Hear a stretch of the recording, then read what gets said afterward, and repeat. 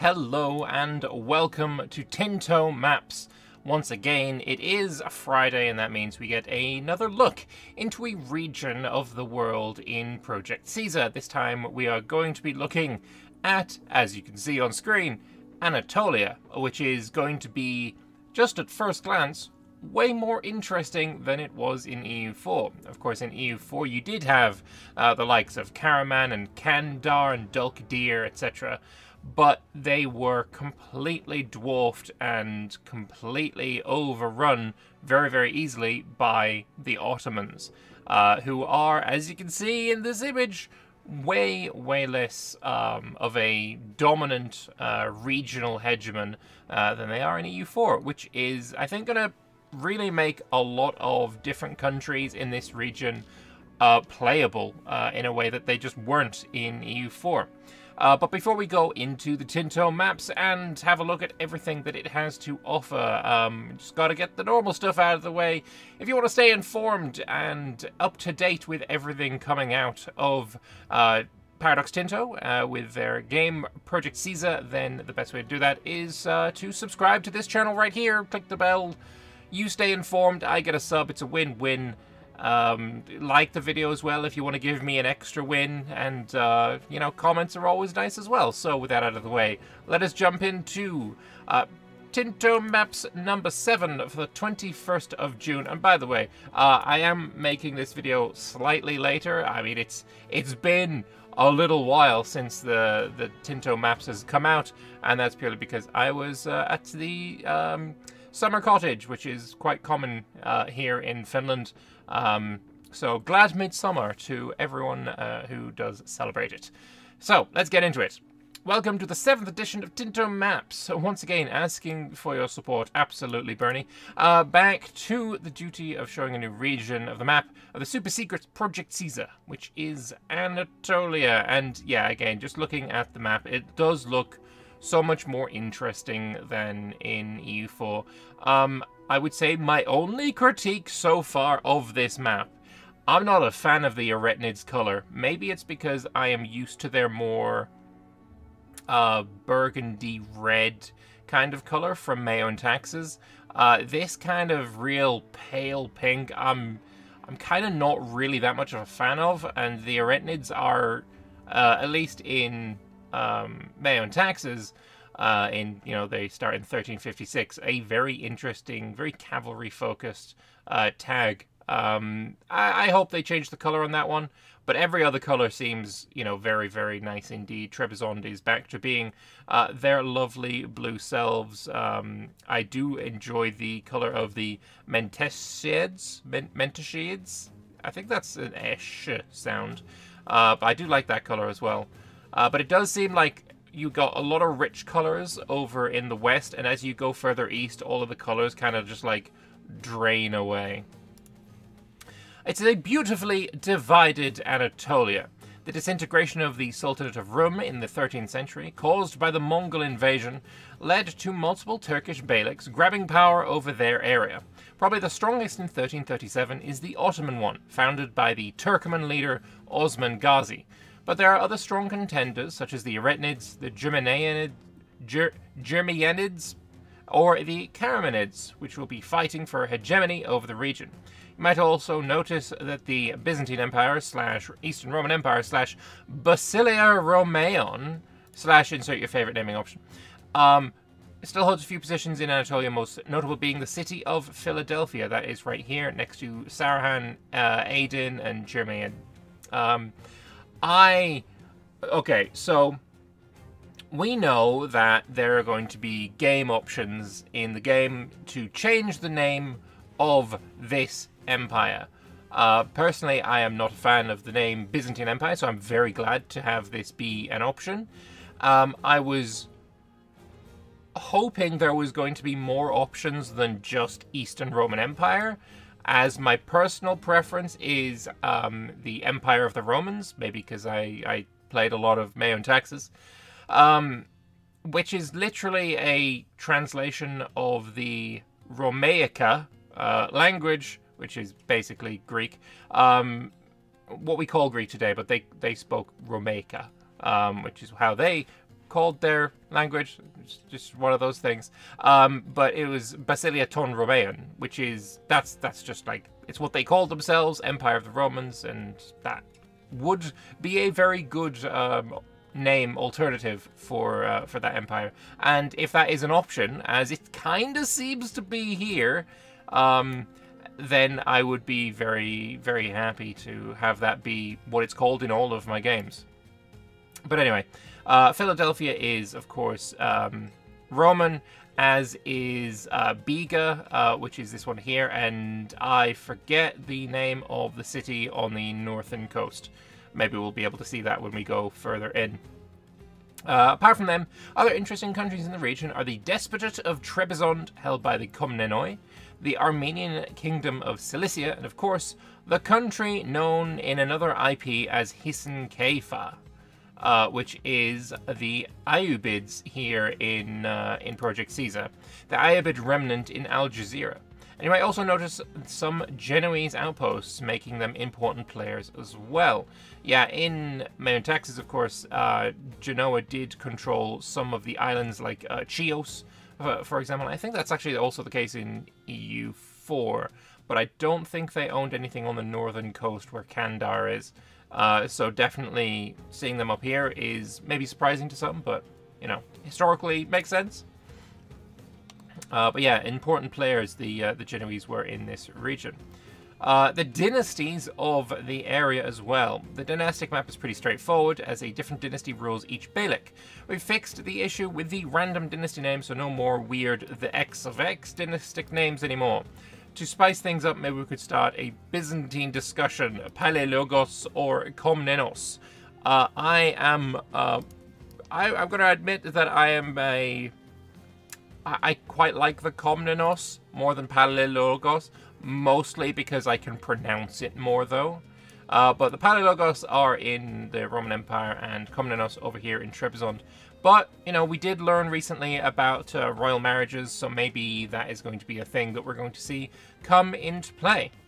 Locations map. As usual, please consider the dynamic location naming is not yet a thing in the region, therefore the inconsistencies in the language used. As an additional note of caution, please don't use the Aegean Islands as a reference or benchmark for comparison, as a review of them is something that they've got on their to-do list. You may also see that the location density in the region is gradual, from denser coastal regions to bigger inland ones. And definitely you can see that. The density here, for example, in the this one is the Karamanids, much, much larger than along the coast. And that just makes sense. Of course it does.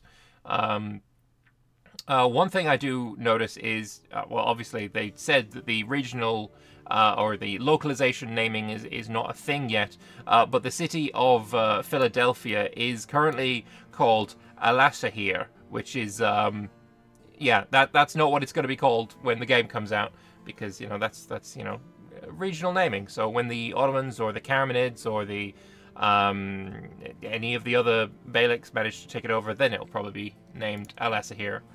But actually, going back to the dynasty map mode, let's see what we've got here.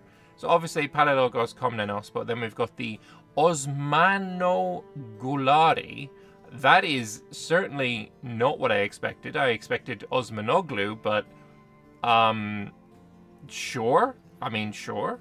Saruhanogulari, Germianogulari. I guess Ogulari is the dynasty of name. And we've got that everywhere here. So that is very interesting. And then the Al Ayyubiyun.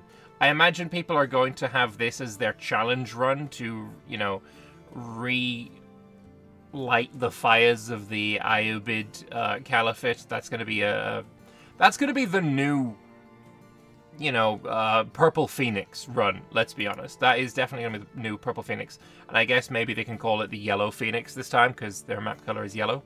Could be a thing, could be a thing. Provinces, though, we changed the coloring of provinces, making them more different, easier to understand. Apart from that, suggestions in the matter are welcomed as usual. I can definitely tell that they have changed a lot of the coloring, especially when you compare it to the British map, where a lot of the province colors were very, very similar.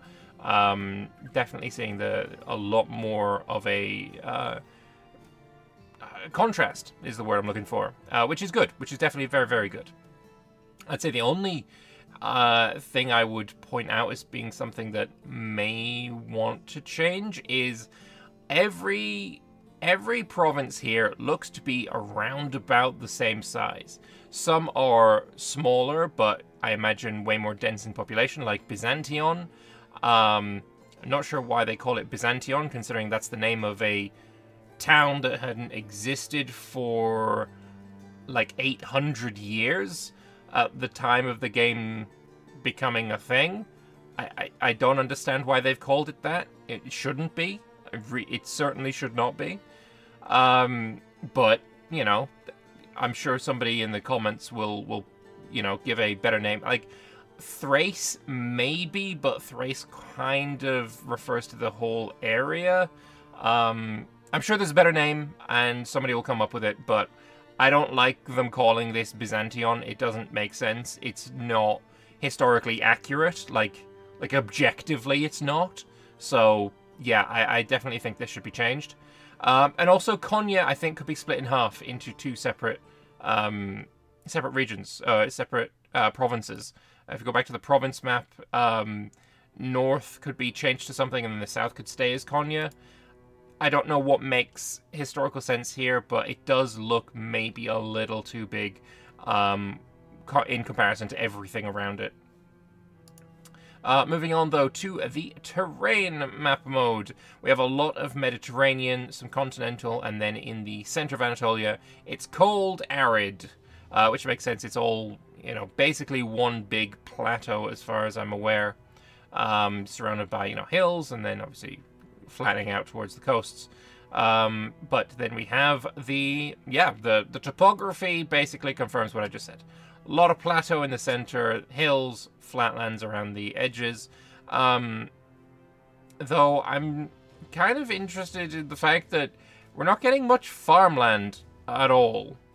I don't know how historically accurate that is. I would imagine there'd be quite a lot of farmland in Thrace, in Europa, I guess. Seeing no farmland at all outside of like Cilicia here and then going into Syria is very surprising, to be perfectly honest.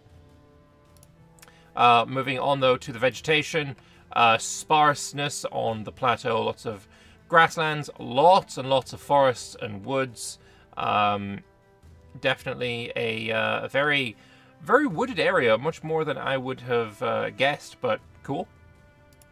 The terrain in Anatolia is quite interesting and unique, as it's composed of very different features. The central Anatolian plateau, with a colder climate and more sparse vegetation, is opposed to the rugged and more forested coastlines to the north and south, while only having fluvial flatlands to the west, and in Cilicia, an area that's always been a choke point between Anatolia and Syria. To the east, the territory becomes increasingly more mountainous as it approaches the Caucasus. Speaking of, actually, I would like to have a look, see if we can find there. This map is what I'm looking at. I was looking at the Impassible Terrain, and if we are going to get a situation a bit like Imperator, it had, here is something called the Cilician Gates, and there it does seem to be somewhat impassable here, which I do like a lot. I think that is really, really good to have. It means that if you are playing a game, say as the Romans, and you do manage to conquer Anatolia, this would be great choke points to place fortifications, to maybe stop, you know, a second group of invaders from completely massacring you to death. But yeah, love that, love that. Moving on to the culture map mode. I'm sure there'll be lots of arguments about this, but we have a lot of Greek along the coastlines, of course. Turkish is like a supermajority in the very center, then it kind of tapers out. We've got lots of Greek pops here, then Turkish pops here with a Greek majority. It seems like, again, if you're playing the Romans and you manage to do well, you're going to have a lot of your own population in Anatolia still to make use of, which is going to be very good for you. Armenians are way more spread out than they are in the current day, which also makes sense. especially in, you know, Armenian Cilicia is this what this region used to be called. So definitely enjoying that. Pontic being a separate culture from Greek also, I do think makes sense. So that looks nice there. It's got a Cappadocian there. And a second Turkish culture group there, Turkoman. Some Syriacs down in the south as well. Very cool. I like that. I'm not sure what the blue one is. Maybe Levantine or something. We don't know. Actually, no, we can actually see some Levantine there. That's what this one here is. So what this blue culture here is, I don't know just yet. We have no ability to check. Anatolia is the first region of the Middle East with cultural and religious minorities added, just in time for the Tinto maps. So we can have an endless discussions about the divide between Greek and Turkish cultures. Hooray! Now seriously, we've made what we think is the most accurate division for 1337, given the scarcity of data. The stripes point to a variation of the pop percentage in each location, from let's say 70% of Greeks in Izmit or Bursa to 80% of Turks in Ankara or Konya. We also added some subdivisions of these cultures, with the Pontic and Cappadocian Greeks and the Turkomans. You might also note a majority of them around Sivas and Malatya. That portray a more class and social grouping to divide them on an ethnic or language divide, as these Turkoman pops are always tribesmen, while we consider the settled population as Turkish. Other than that, we have a good amount of Armenians distributed between the areas of Cilicia and Armenia, Laz people to the north, and Kurds to the east, the brownish, greenish culture. That would be this one right here. Also, please ignore the chunk of Syria that exists, as the minorities there are not yet done. Gotcha. It's good to know. I quite like this breakup of the culture map mode. I do think it leads to more interesting gameplay than just having a monolithic culture, England. Yeah, love that. Religions as well, very much into a lot of religious division in the region between the Orthodox, the Sunni, and we got some Miaphysites here as well, and some Nestorians. Back to interesting religious divisions we have in Anatolia: Orthodox, Sunni, Miaphysite, and Nestorians. And if you wonder what those pink stripes are in Thrace, they're a Paulician minority. So that is up here. Very cool. The raw materials, some interesting materials distributed all over Anatolia, such as alum, which is a main export to Italy, usually handled by the merchant republics. Silk, marble, or copper, and if you're wondering about the spices, they were previously saffron. So maybe we can spot some spices on here. I can see the alum right there. There's actually quite a bit of it. There's some spices as well. And I'm sure there will be some medicaments lying around just because that makes sense. And I have once again forgotten what the color... Ah, wait, no, I found it. It's pink. It's right there. We found it. Found the medicaments. I don't need to be shouted out in the comments. We are good on medicaments. There's some more even here. Look, I found two. I'm not blind. We can move on. It's fantastic. Don't even worry about it. But other than that, quite a lot of livestock in the center, which makes sense. Horses as well. This big plateau was a big region for that kind of thing. Lumber in the north and in the west. Lots of salt on the coast as well. I like it. This is an older map though, I can tell, because fish is back to being yellow, whereas as far as I'm aware, fish and livestock have had their colors swapped. Or maybe not swapped, but they have had them changed. Fish is going to be blue, and livestock is going to be something else that isn't blue. Which I do agree is a good change. Markets now. The market centers of the region are Constantinople to the west, Trebizond to the north, and Damascus to the south. Nothing speaks against a Turkish beylik conquering one or all of them, creating a new market center, probably in the middle of the Anatolian plateau. Although probably it will require some infrastructure to make it fully functional. Makes sense, Constantinople as the market center, absolutely. Trebizond as well. Damascus a little bit further south, that cuts off from here, but I don't see anything here that makes me think, oh wait, that's a bit weird. Other than maybe we've got a little bit of an exclave from the Tabriz, is what that says, I believe. The Tabriz trade node right there. But yeah, okay, fair enough. The location and country populations. So here is the location populations. We have 131,000 population in Constantinople alone. I imagine that's going to be the highest, or close to the highest. I can't see anything immediately that is popping out as being anywhere close to that. I guess the capital of the Ottomans is, I think, here with 88,000. We've got a 63,000 here. Any other interesting ones popping out? Trebizond at 79,000. But yeah, no, this definitely is a pretty interesting spread, including the 0 of just across the water. Is that Nicomedia? I feel like I'm correct in saying that. Let me just have a check. I think this is in Turkish, so who knows. Üsküdar. Okay, there's no one living in Üsküdar or Sile. No one at all. Absolutely 0 people.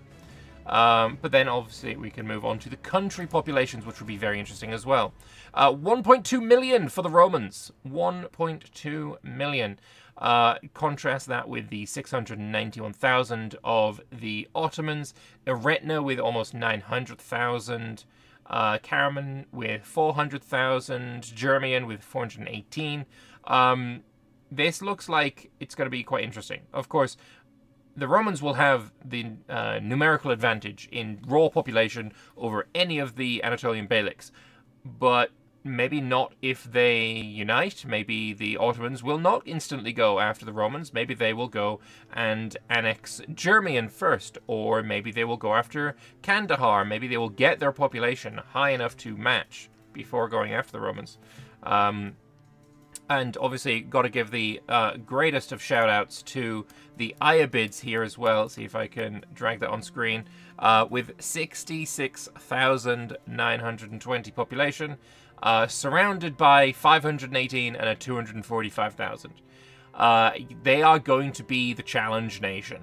I'm looking forward to actually giving them a try, because it seems like one of the more interesting, yeah, like revival tags. I do want to try them. That it does sound like a very interesting interesting game. So we'll see about that. Byzantium has some edge over the Beyliks, but not if they ally with one another, or if they ally with the Balkanic rivals. Also, I've heard about a 66k Ayyubid challenge. Yeah, basically that's going to be the one to do if you were looking for a challenging run. That's all for today. We'll most likely be uploading the French feedback results by the end of next week, or at the start of the following one, as next week there's an important bank holiday for the company, Midsummer/St. Johan's Day. And some people will be on vacation for a few days. In the meantime, we'll also be reading and answering the feedback about Anatolia. Next week, we'll be taking a look at Russia. See you then. Also, they had a flight that was delayed, therefore the delay on the dev diary until an interesting hour. What was the interesting hour? Let's actually have a look at that. 1629. I don't know what happened in 1629, I'm not going to lie. Would be something I might need to look up. But, yeah. I think this looks very interesting. I think there's going to be... Obviously, the Romans are the ones that I am most interested in playing. Absolutely, without a shadow of a doubt, that's a lock-in. But I can also see myself playing any one of these countries. I think they're all viable. They're all going to have their own interesting gameplay. Maybe not Alaisi, or maybe not like Dilmachids, which is the one that's just north of the Ayyubids. Maybe not those, but definitely any of the main ones: Ottomans, Karasids, Surahanids, Germanids, Karamanids, Kandarid. I think these are all looking to be very playable and interesting. So let me know on which of the tags shown today you think is most interesting. Which one are you going to be playing first out of all of these? Say we discount the Byzantines, discount the Romans. Which one of these beyliks are you most interested in playing? Let me know in the comment section below. And until Sunday, when I take a look at all of the talks that Tinto Talks has been talking about, I will bid you adieu. See you later. Bye-bye.